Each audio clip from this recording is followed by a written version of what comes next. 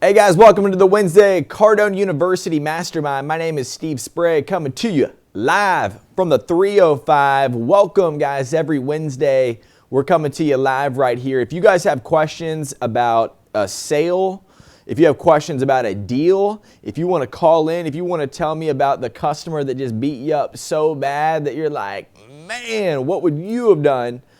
We want to talk about it. So dial this number right here, 305-865-6404. So guys, dial that in. And, thanks a lot for joining us every Wednesday. We do this meeting so that way you have a place to go. If you're on Cardone University, you want a place to go where others are using the same information.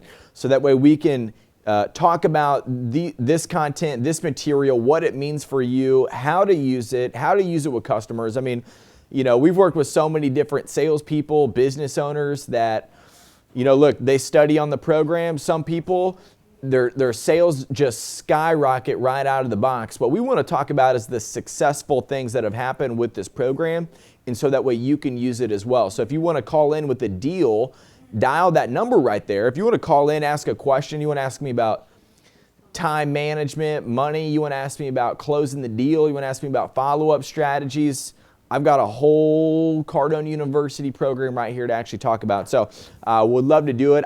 Before we get started, I want to give a major shout out to anybody who's bringing their entire sales team here, particularly our friends over at American Select Health. We appreciate you all.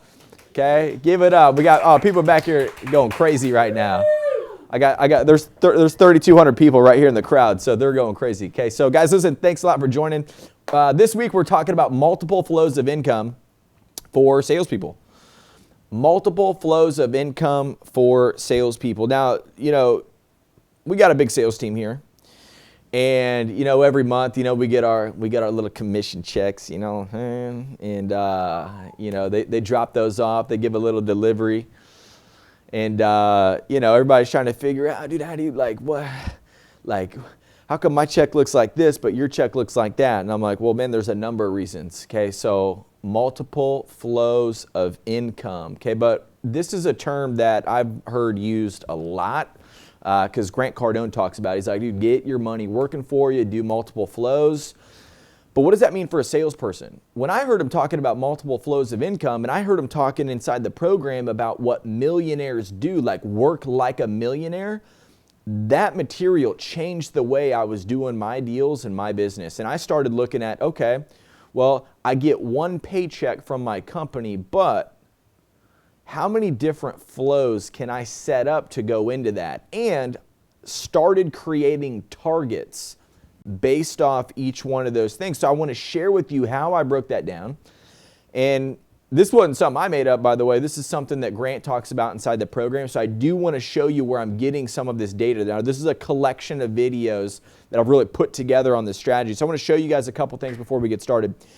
When we go inside the program, if you're in the full curriculum, we're actually going to be right inside the personal finances program right here. So the personal finances is set up so that way you can learn about the basic building blocks of money mistakes, and then the 10 steps to become a millionaire. Now, I'm going to tell you, dig into this whole program, study every single thing, because it has everything to do with sales, but particularly for today's call, I'm going to be talking about these videos right here where he goes into creating multiple flows, and you guys might want to favorite that one. This one's pretty juicy right here.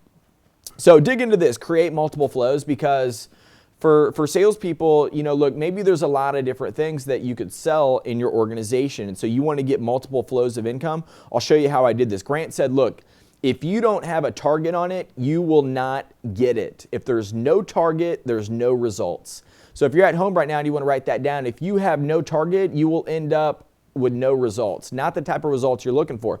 So I started to say, hey, you know what? Man, he said in multiple flows of income, how to work like a millionaire. He said work like a millionaire would work. He said, look, find the multiple flows of income in your job. And so I see a lot of salespeople thinking, oh, you know what, man, I'm going to come to work. I'm going to do the 9 to 5 thing. And then at nighttime, I'm going to do this like extra thing where that's going to be the thing that I'm going to get rich on. Let me remind you of another quote from Grant Cardone. He said, if you guys try to do the part-time thing, you will end up with full-time problems. And that is going to be probably the most truest thing I've ever heard my entire life. I've never done anything part-time and ended up with good results. So with these pieces in mind, where we're thinking, you know, dang, like, how do I do this? You need to find the multiple flows of income in your business. And so let's break it down. I want you guys to all do this exercise at home, because this, if you don't do the exercise, you're not going to get it. Grant said, if you don't have the target, you're going to end up with nothing. So number one, my first product is Cardone University. Okay, so Cardone University has its own product. This is something that we can sell here. This is a product that I have for you. This could be a mattress. This could be a cell phone. This could be a car. This could be your B2B product. This could be a software that you sell. This could be a widget that you sell. This could be one main, very particular investment product that you have, and it's like your go-to. Like, hey, most of my money comes from right here. Well, what I want to start doing is I want to take that one thing and I want to start having targets for all these other pieces right around it, because I'm going to start creating multiple flows of income.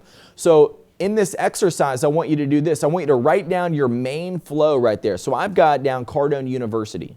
That's my main flow of income. I'm selling this product to different companies. I'm cold calling every single day. It's what I'm doing. Okay, so, but now I want to try to find out, well, what other flows can I have? You know, what about ticket sales?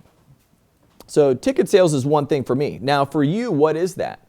You know, if you're in mobile phones, you're selling phones, that could be a second line. That could be, and that would be one thing to write down, a second line, a case, a charger. I mean, I'm looking at everything, even all the way down to the smallest things. I have targets on product sales in my office that, like, if you knew how much I got paid on that product versus what I get paid on this product over here, you'd be like, dude, why do you even spend time on that? It's because I have done the math and I understand the game.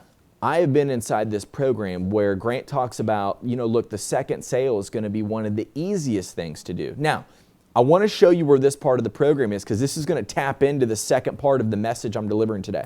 So when you go inside the program, if you guys look for this category, it's called Understanding the Buyer. This is the second part of the homework. The second part of the homework for this week, I want you to go into Understanding the Buyer right here. Even if you've already studied this, I want you to go back. I want you to look at this in a new unit of time. I want you to go to Your Buyer's Money, course number 5 right here. There's going to be 4 segments. Okay, even if you've been through this, I want you to go back through it. So we've got the couple videos from the money. We've got these 4 videos right here. And study these 4 segments down to the core. I want you to dig into this. So there's no shortage of money. The second sale right here, this material right here is going to help you understand what's important. And then these 2 videos are going to come back around, show you how to, you know, sell the customer, how to get in the right mindset. So we're going to come back to this exercise. I want to take a couple callers, and we're going to dig deep into you getting multiple flows of income in your business. First caller. You got Sterling in Indianapolis. Oh, my man. Sterling, how you doing, sir? What's up, Steve? What's up, buddy? Man, how's everything going? I think I seen you making some big moves here recently.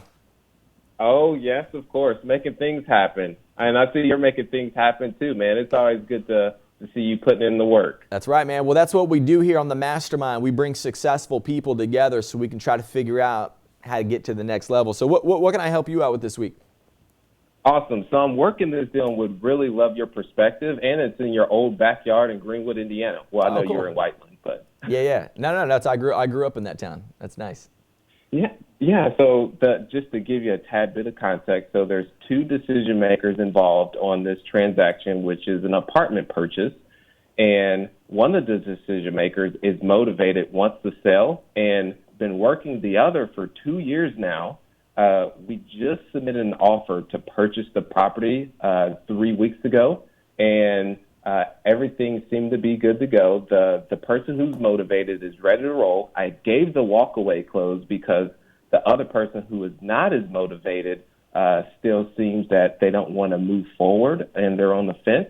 Yep. And so right now, as it sits, is the other non-motivated individual wants to go out and get another opinion from some brokers. So that's where we're at, and I would really like your perspective. Is do I apply some more pressure? Yeah. Or well, what I would do, so this is the data that I always go back to. I go back to like people only buy things to solve problems. That comes straight out of theory of closing. It's like one of the rules to close the deal. And if it doesn't solve a problem, they're not going to be sold. So you've got two different people that are connected to the deal. Now, why is the one person motivated? Like, what's his big thing? Is he trying to move into a bigger deal? Is he trying to get out? Like, why is that guy motivated? He's not necessarily motivated. He's holding on to the property for cash flow versus there's not very much cash that's coming to him. And the other person's motivated because they're the one managing it, and it's a complete hassle. Yeah. Have you shown them the deal worked in a different way where it shows one guy buying the other one out, 1031ing into a new deal? And that way the management guy, or that way the biggest problem is that they probably got too small of a deal, so they don't have enough cash flow. The one guy has to manage it. They probably didn't expect to manage it. So you got to tell them, you got to go back to like why they started this deal in the first place. Just say, hey, John and Jim, look guys, I know you started this deal. You probably wanted passive income, and then all of a sudden you became a landlord. Okay, which has nothing to do. Now you probably jumped into the second job. This is exactly what we're talking about today, by the way. We're talking about multiple flows. People go out to try to do the second thing, and they end up with a second job. And then now, like he said, he's like, dude, they're managing the property. The one guy doesn't have the type of cash flow that he's looking for. So go back to why they did this in the first place. That's the conversation I would have with them. I would try to find out, like, hey, why did you guys want to do this in the first place? Because what you can do, that I believe, based off the information that I know about this industry, is I think you can actually roll them and put them into a bigger deal. Is that right? Okay, yes. And one quick thing too, Steve, is I was wanting to pull some comps to show, okay, these are to assist them and say, okay, here's some values right here of recent sold. But I believe that'll play more into their favor and not so much on the offer that we provided. So that was something else I was considering. Yeah, totally. I would try to show them, I would try to solve as many problems. What I would do is I would do this exercise. Like when I'm doing these bigger deals, what I'm doing is I'm writing down the names of each person, and I put down, hey, what problems do I solve for those people? And I'll make a list.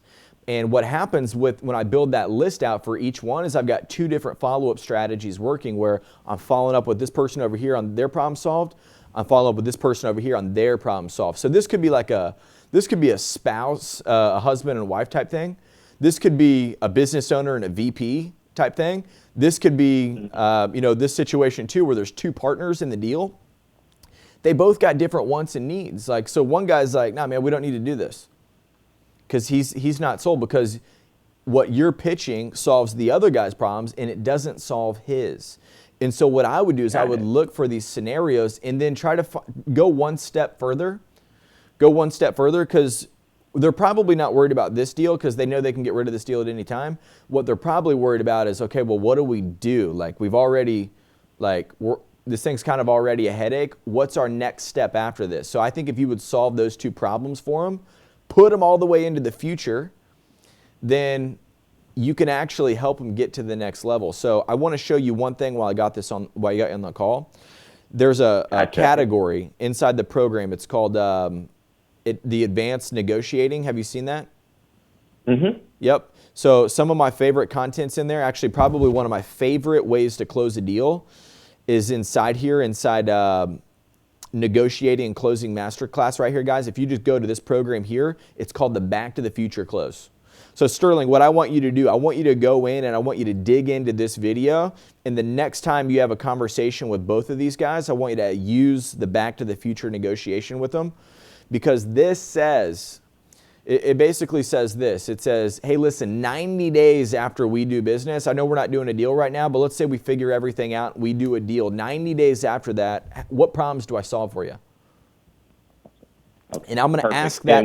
I'm going to ask that to John. One thing that I mentioned was that they wanted to create a legacy with the apartment. So I provided a proposal and said, hey, we're willing to give it this name, which is named after one of the relatives who actually owned it for a while. And then also we said that we do allow people to invest with us. So that's something that we pitched to, but it's not it's not getting that main decision maker, solving those problems. So that's great that you brought that up. Yeah, definitely. So think about it too. And a lot of people don't even always know. Like, I think this is the biggest problem. So the biggest problem with most deals is like they don't have urgency on it.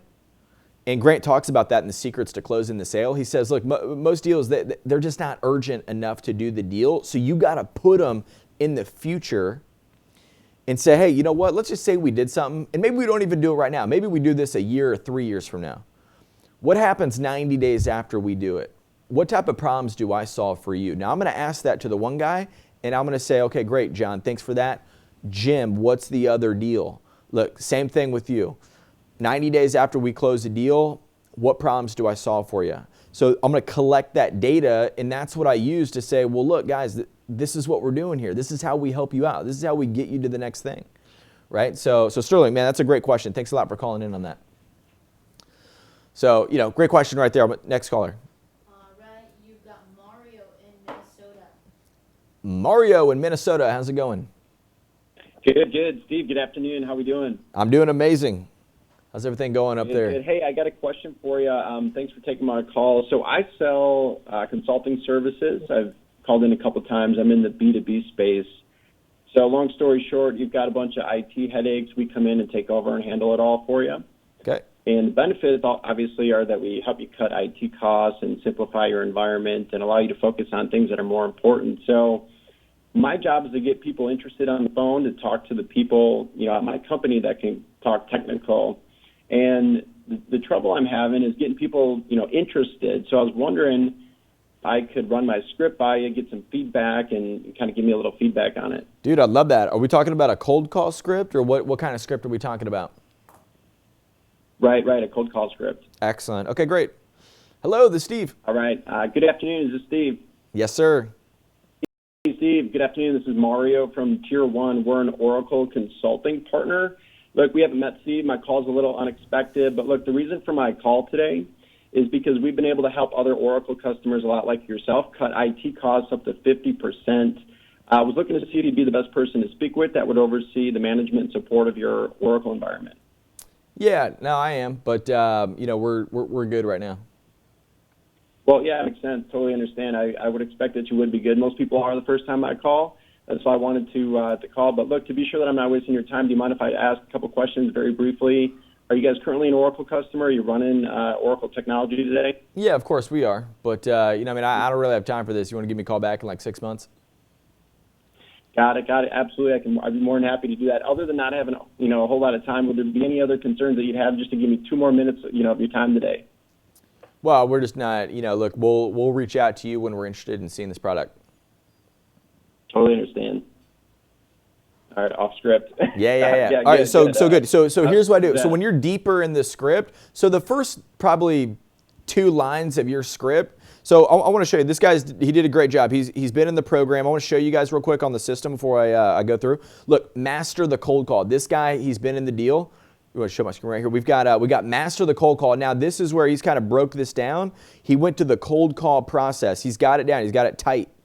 Right? So he's kind of got all the right words in track. This is where if you guys want to get a cold call script, Grant created the way to build it. So the greeting, the big claim, the qualifying, the close on the appointment. And if you go to this last video right here, it takes you right into how to download the PDF where you can kind of just plug and play this entire thing. And you guys can just map it all out yourself, right? So great job. So I wanted to show you that. But now listen, here's what I wanted to talk about. When you go into the program too, there's going to be the cold call objections. So this is where you got to pick, hey, what objections am I going to get on this?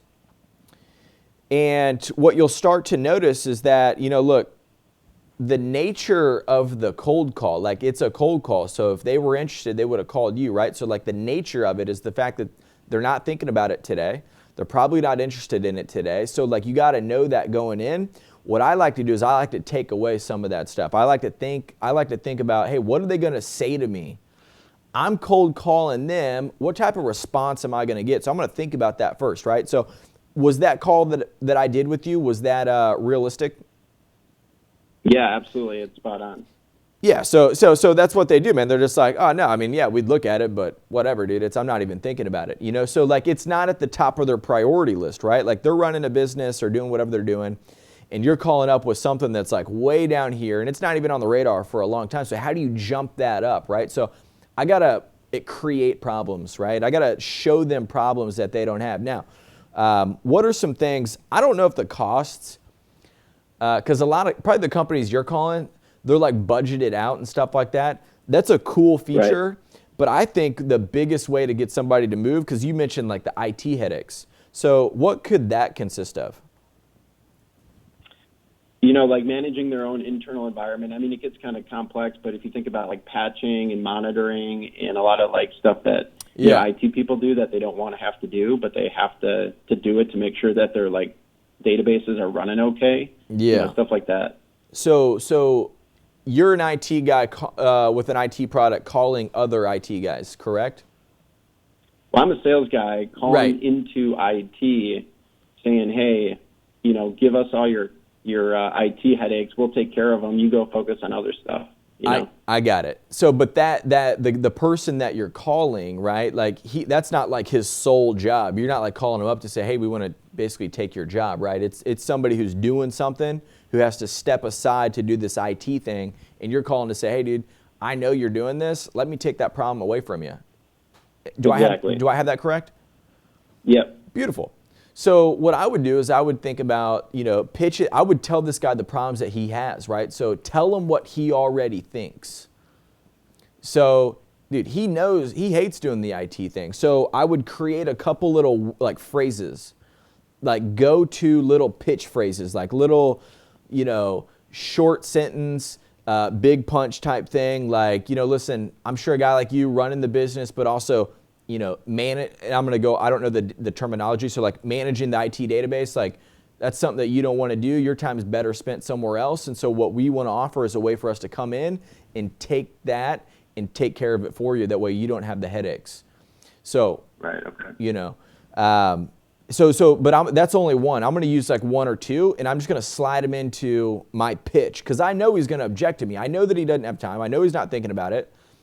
And it's also, you're calling him about something that's probably rarely at the top of his things to do, right? Mm-hmm. So tell him that.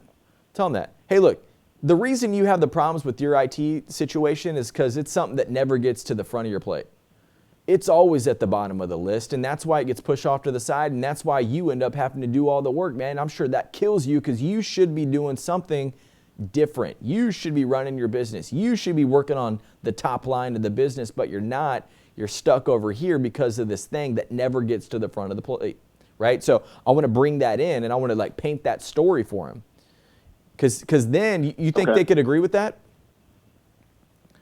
Say that again. I didn't hear that. Do you think that they could agree with that story that I just kind of made up there? Yeah, absolutely. I like that. Exactly. Now, if you look at understanding the buyer, so if you guys go in here, so we're going to show you the understanding the buyer. There's the first category, guys, that talks about the magic of agreement. This isn't the rules of agreement. This isn't the fun things about agreement. This is the magic of agreement. So if I can get them to agree with me, like Grant talks about getting the agreement, everybody's same reality. That's where a guy says, hey, you know what? I would take a look at that. So man, I would try to incorporate some of those things into your pitch. Your pitch sound fine. I would just add these other things so that way you're better prepared, kind of take away some of the objections that they give you and create blow that problem up and kind of tell him, you know, some of the things he already knows, but he can be like, yeah, that's right. Say, good, man, when do you want to take care of this? I want to show it to you today. I can do it in 3 minutes. If you don't like what I have to show you, then, you know, look, well, I'll call you back in 6 months, man. Maybe you'll be interested then. What do you say? Got it. Got it? Thanks a lot for the call, man. Appreciate it. The pitch sounded good, though. The structure and like the conciseness of it. No, it was great. Yeah, no, dude, your tone's great. You know, your pitch is great. You sound like a good guy. Like it's not, you know, like, dude, I think everything's fine. I think you've completed level 1. I think you're ready for level 2 now. Got it. Appreciate it. Thanks. I mean, you got it. So, guys, listen, we started talking about multiple flows of income. Now, I want you guys to do this exercise at home. Start thinking about, hey, what products can I sell here in my business? You know, if you're selling, I don't know. Maybe you sell cars, right? So you're selling cars and you're thinking, hey, what else could I sell? Well, you need to start having targets and goals and inventory, because think about this. You've got all these people out there today thinking, you know what, I go to work, I do the 9 to 5, and then at nighttime I work on my side hustle. Dude, what about your main hustle? Okay, what if you took that 2 hours that you were gonna block out for your side hustle, your arts and crafts time, or like whatever you call it? Dude, what if you put that into your business? So like now you take this second sale and you're thinking, you know what? Maybe I do sell cars, right? I sell cars, or maybe I sell mattresses, or maybe I sell this B2B product that my man called up. What if I spend 2 hours a night extra working on my side hustle that has to do with my main hustle? Like I'm calling these people back, like current clients on my B2B team, and I'm calling them back and saying, hey man, how's everything going with your deal? I wanted to find out, we've got this additional product, I want to tell you about it. It's just, and I go into my second sale. What if you spent your extra time on the extra sales? So like this is where you need to think about as a salesperson, hey, how do I get so committed into this one deal where I'm getting I'm getting the most out of this company and this business? I mean, there's so many sales teams out there. I mean, we go in every single time. I look at them, I say, how much does your top guy make? Excellent. What's the average salesperson making? They tell me. There's always this major gap. And I'm like, dude, what's up with the gap? Like what is it on the gap? It usually comes down to like commitment. It's like, well, hey, what's the top guy doing? The top guy always works extra hours. He always stays in the office longer. He always makes extra phone calls. This is the way I've been able to be successful. Everybody's always asking like, dude, how do you do it? It's like, dude, I'm selling other products, right? Now, the coolest part I think about the extra sales is that it's the second sale that Grant says is the easiest to do. So let me explain this to you. I've got my main sale as Cardone University. You need to look at your main sale, right? Your main sale, like your big money maker, that could be a big mattress, right? That could be a car. That could be the mobile phone package. That could be, American Select Health. That could be like your actual product right there that you guys sell, like your main deal. Well, not everybody buys. I mean, you guys see your sales every single month. You look at it and you're like, well, hey, my closing ratio is such and such. What about all those other people that didn't buy? What if we offered them, instead of that main package, what if we offered them one of the second sale, but we did it first? So I go into like a smaller product. So I said at the beginning of this, I have targets on small products because I know that, look, some people, maybe I'm the mattress guy. Hey, look, maybe you don't buy a mattress, man. You came in today, you're looking for something. Look, at least get a pillow while you're here. I mean, it's $20. It's $20. When was the last time you changed the pillows on your couch? Okay, when was the last time you did that? Hey, when was the last time you updated your case? I don't have my phone on me right now, but look, man, my case is so beat up. Nobody ever asked me like, hey, why don't you get a case, man? And why don't you get a case, right? So if those little smaller sales become the first, then I go into the second sale, which Grant Cardone said in the video that I told you guys to watch. He says, look, the second sale is the easiest one, man. So now I pop them up in this bigger sale and I go back to my main original flow and I start making that flow bigger. That's how I get ahead. That's how I get these extra sales. That's how I have taken Cardone University and just like stretched my ability on how to be successful as a salesperson. So we've got, how many extra callers? Okay, cool. So I'm going to take that one last caller, but we've got just a quick recap of what we've covered today. So what I'm going to do, I'm going to show you the personal finances piece right here. Inside personal finances, I want you to watch these two videos. Inside 10 steps to become a millionaire. 10 steps to become a millionaire right here is something that you should study. And particularly what I'm talking about today is going to be these videos here. Number 5, work like a millionaire. And number 7, create multiple flows. Okay, so these two videos right here, work like a millionaire and create multiple flows. And then the other piece was this. The other piece came down to your buyer's money. And that is inside understanding the buyer. Even if you've already been through this, I want you to go back. I want you to redo this today. Go back into your buyer's money. I want you to look at this in a new unit of time. Even if you've already seen this, go back, rewatch it, restudy these. So I've given you guys 6 videos to study today that are going to help you produce more and help grow your sales. So we're going to take the last caller here. You got Marcus in the UK. Marcus in the UK, how's it going? Hi, Steve. It's going better. How's it going with you? What's up, man? Everything's going great. What can we help you out with this week? Awesome. Yeah. So JC is talking about measuring everything and knowing what made the graph go up and measuring what made the graph to go down in order to repeat the success actions and get more successful results. So could you explain about this one? About graphs? About knowing what made the graph to go up and measuring what made it go down. Yeah, great point. So just in it, if you guys want to do this graph thing at home, if you guys want to study this, I'm going to have you draw out 3 things. And I want you to draw a line that goes up. I want you to draw a line that goes sideways. And I want you to draw a line that goes down. Okay, now this is the cycle that happens for all salespeople, all businesses, unless it doesn't, of course, unless they handle it. So like here in our office, we measure these all the time. So anything that you measure, you can change. You can control. If you don't measure it, you can't control it. So if you don't measure the amount of appointments you have, well, guess what? You can't control it. If you don't measure the amount of presentations that you have, guess what? You can't control it. If you don't measure your sales, your money, your income, everything that Grant talks about inside the personal finances program, it's right inside here, guys. The whole personal finances will show it to you. This whole piece right here, if you don't measure everything, you never control your income. So this is where you got to put targets on everything. Now, I want to come back to this. So the exercise is this. I want you just to draw a line. If you guys can see that, I've got a line that's going up, a line that's going sideways, and a line that's going down. So a line that's going up, I just want you to write next to it. Find out what made that graph go up. Something happened where that graph just said it was doing something. It was going up, it was doing something, it was just traveling a little bit, and all of a sudden it popped up.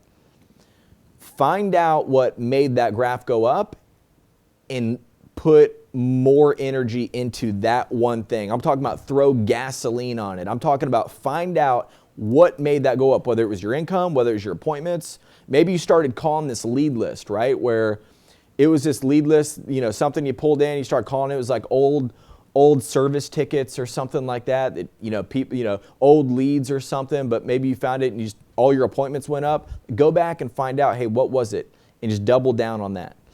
Now, the other thing would be if you're going sideways, then you're basically, that's like an emergency, man. It's because if inflation's going up, if your money is dying in value, look, you can't do anything good and go sideways.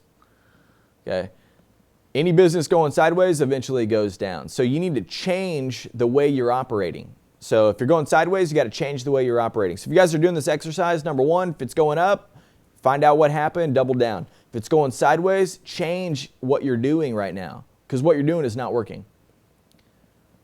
And then this bottom one, dude, if this bottom one's going down, if it's going down like this, if anything going down in your life like this is happening and you've got problems, and you're like, dude, I'm putting in there either one, or you need to check out the 10X rule. You need to go watch the 4 levels of action. There's basically no action, retreat, average action, and then massive action. You need to find out, hey, where am I actually at on this scale? Or you need to find out, hey, dude, somebody's pumping the brakes in my life. Somebody in my life is holding me down. They're feeding me information. They're giving me something that's, maybe it's like somebody, you're coming home every day, you're on fire, and you've got somebody in your family, like a cousin or somebody that's saying, hey, you can't do that. You don't need all that. You don't blah, blah, blah. And it's just like, you guys don't understand. You underestimate what can bring your entire sales career down. And it's simple stuff like that. So, dude, Martin, great question. And thanks a lot for calling in with that. So, I got all that information, guys, from just a collection of material. I'm going to show you one thing in here. So I got that first part kind of from the money where Grant talks about measuring. And then I'll tell you that in this program right here called 100 Ways to Stay Motivated,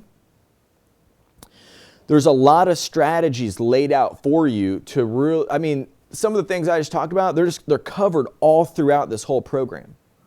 Grant's like, dude, you guys want to stay motivated? You want to get to the next level? You want to learn how to do this? Look, you got to study the ways to stay motivated. So if you guys want to know the strategies that I have, I study the Cardone University every single day. I watch 100 Ways to Stay Motivated every single day. I've seen these videos several times. I watch it every single day. I tell you guys that every week, okay? And I'm going to keep telling you because I keep doing it. It works for me. If you guys follow me online, you guys see the sales success that I have, you think, you know, what we're doing here, if you guys keep seeing our graphs going up, dude, we know what works, right? And we're learning it all in Cardone U. So listen, guys, thanks a lot for joining. Every Wednesday we come here, we talk about sales, we bring people together that are like-minded, that are interested in actually getting to the next level. So thank you for being one of those people. Also, we've got Business Boot Camp coming up. We've got a couple more events this year. Go to grantcardonebootcamp.com. Check it out. It's an unbelievable, like if you ever said, hey, I need something to just like totally put me in a new universe of skill, the Grant Cardone Bootcamp. Go spend 3 days with Grant Cardone. Spend 3 days with Grant Cardone, and I guarantee you'll 10x your sales, your business, anything. This right here, just breathe in the oxygen with Grant Cardone for 3 days. Okay, that'll change the way you think. So grantcardonebootcamp.com. Guys, if you have any questions, call us back here next Wednesday. Can't wait to see you back here on the Wednesday Mastermind.